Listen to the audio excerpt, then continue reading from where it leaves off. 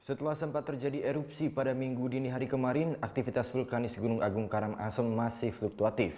Selama 24 jam terakhir sempat terekam gempa hembusan sebanyak 3 kali dan mengeluarkan asap putih dengan rata-rata ketinggian 600 meter dari puncak kawah. Pasca erupsi yang terjadi pada Minggu dini hari kemarin, aktivitas vulkanis Gunung Agung Karangasem pada Senin pagi masih fluktuatif. Data selama 24 jam terakhir menunjukkan telah terjadi gempa hembusan sebanyak 3 kali dan mengeluarkan asap putih dengan rata-rata ketinggian 600 meter dari atas puncak kawah.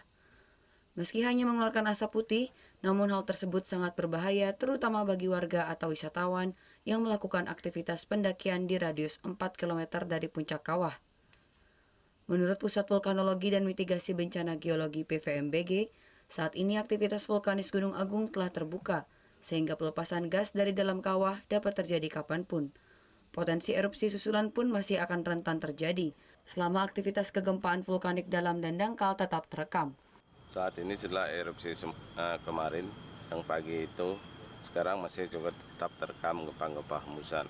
Itu artinya aktivitas Gunung Agungnya tetap tinggi dalam status siaga. Artinya di kawah itu dia masih panas, masih ada pelepasan gas-gas.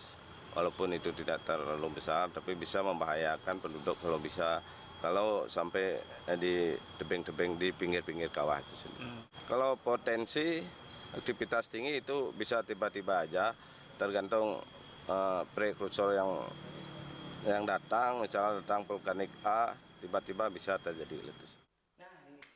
Meski aktivitas Gunung Agung masih tinggi, namun status gunung tertinggi di Bali tersebut masih direkomendasikan berada di level 3 atau siaga. Warga dan wisatawan pun tetap diimbau menjauhi radius bahaya 4 km dari atas puncak kawah. Kadek Martana melaporkan untuk NET.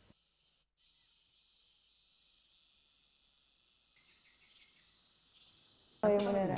Iya, oke. Tapi gue pernah. Nah, udah kan nonton beritanya? Jangan lupa di subscribe, di like, dan juga di komen ya akun YouTube dari Net Bali. Terima kasih udah subscribe. Yang belum, jangan sampai lupa. Di sebelah sini nih. Subscribe.